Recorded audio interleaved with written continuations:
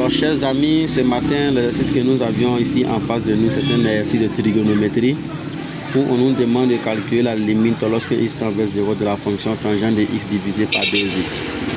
Alors dans la résolution ici, nous savons que lorsque nous remplaçons ici les x par 0, nous finirons par obtenir une forme indéterminée qui est 0 divisé par 0. Donc il faut chercher à lever l'indétermination.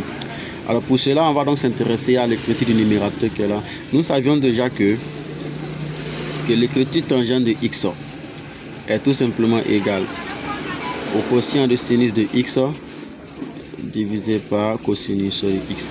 Donc ça, c'est ce que nous savions déjà.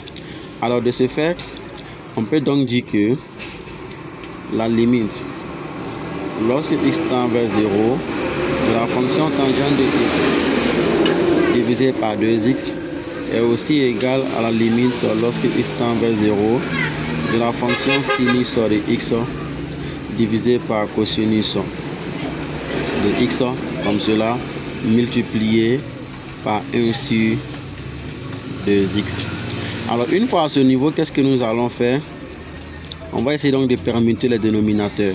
Donc du coup, ça nous donne ici la limite lorsque x tend vers 0 de sinus de x.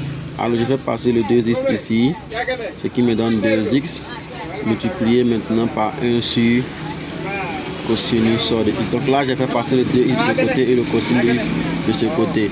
Alors ici, donc, je factorise l'écriture qui est là par 1 sur 2. Donc ce qui me donne ici la limite lorsque x tend vers 0 de 1 demi multiplié par sinus de x divisé par x multiplié encore par 1 sur cosinus de x. Alors à ce niveau, nous savions déjà que l'expression sinus de x divisé par x en 0, ça donne 1. Et ici, quand on remplace 0 ici, ça fait cosinus de 0 qui fait 1. Donc 1 divisé par 1, ça fait 1. Donc on en conclut que cette limite-là est tout simplement égale à 1 demi.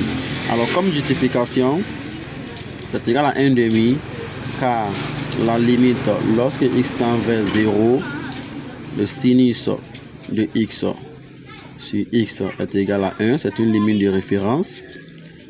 Et ici, la limite lorsque x tend vers 0, de 1 sur cosinus de x, c'est égal aussi à 1. Et enfin, la limite lorsque x tend vers 0, de 1 demi, c'est toujours égal à 1 demi.